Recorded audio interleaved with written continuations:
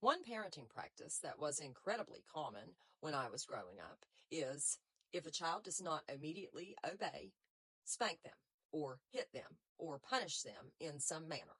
Spanking, paddling, switches, wooden spoons. There were multiple objects that could quickly be turned into discipline. One common justification that was given for this is the Bible says, spare the rod and spoil the child. No, the Bible does not say that. That is from a 17th century proverb. Regardless, using it as a justification to hit children is a serious oversimplification of what rod was referring to in the biblical text. The passage people most likely have in mind is Proverbs 13:24. Withholdest not correction from the child, for if you beat him with the rod, he shall not die. Thou shalt beat him with the rod and shall deliver his soul from hell.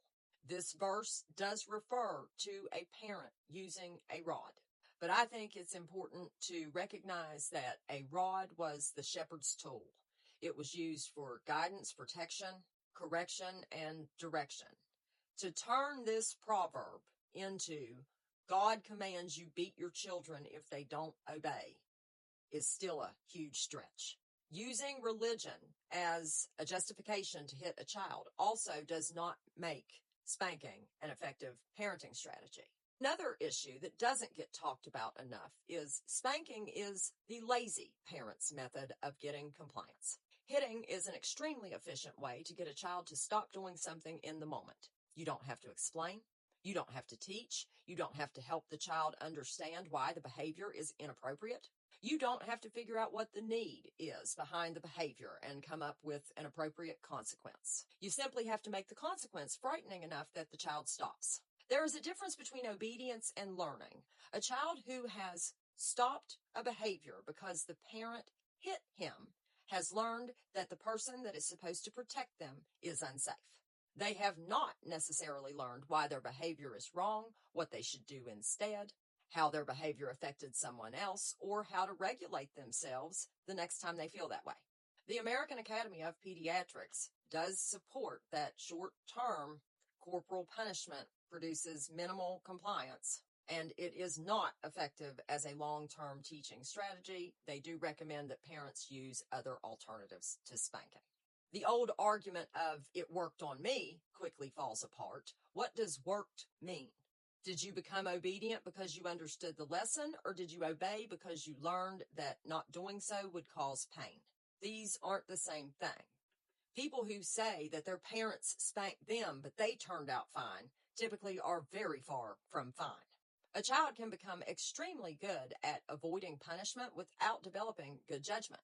They may be good at hiding things, lying about mistakes, suppressing emotions, and waiting until the parent isn't watching. Fear can produce compliance, but compliance is not the same as internal responsibility. Think about the message underneath physical punishment. When you don't behave how I want, I will use my size to cause you pain. Then we expect the child to learn that violence isn't a way to solve problems. We expect that children display self-control, while the adult is demonstrating that when you get frustrated enough, you can abandon all self-control and use force. The contradiction is really hard to miss. There are much more sophisticated ways to teach children. You can remove privileges. You can redirect a young child. You can use logical consequences. You can help a dysregulated child calm down and then discuss what happened. You can teach them how to repair the damage they caused. None of these approaches involve letting a child do whatever they want.